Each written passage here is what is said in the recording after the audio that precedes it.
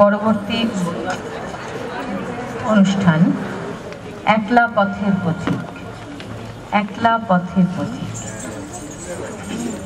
লিখেছে মঞ্জিমা দাশগুপ্ত। যিনি পড়বেন তিনি এই ভাবনাটি তাঁরই, এবং তিনি এটি লিখেছেন, সংকলিত করেছেন মঞ্জিমা দাশগুপ্ত। শুরু করছি আমাদের আজকের নিবেদন। অংশগ্রহণে রুমা বল, শিখা মল্লিক, রীতা কুণ্ডু, সুছন্দা সিনহা, বৃষ্টি সিনহা, ঝুমা মৈত্র, শিবা সরকার, শাশ্বতী ভট্টাচার্য, সংঘমিত্রা সেনগুপ্ত, রেশমি রায়, মিতদ্রু মিশ্র, মণিদীপা পাল আর মঞ্জিমা দাশগুপ্ত। শুরু করছি আমাদের আজকের নিবেদন একলা পথের পথিক।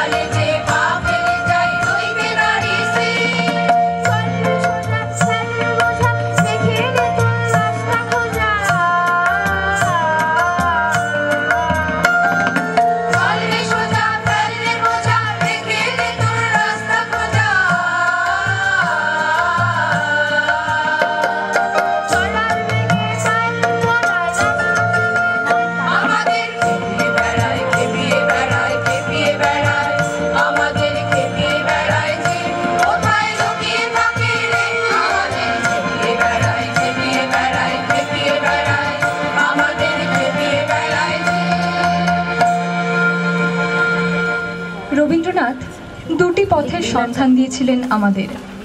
একটি পথ যে পৌঁছে দেয় এক আলোকময় রঙিন জগতে, আরেকটি পথ যে নিয়ে চলে এক নিরুদ্দেশের দেশে।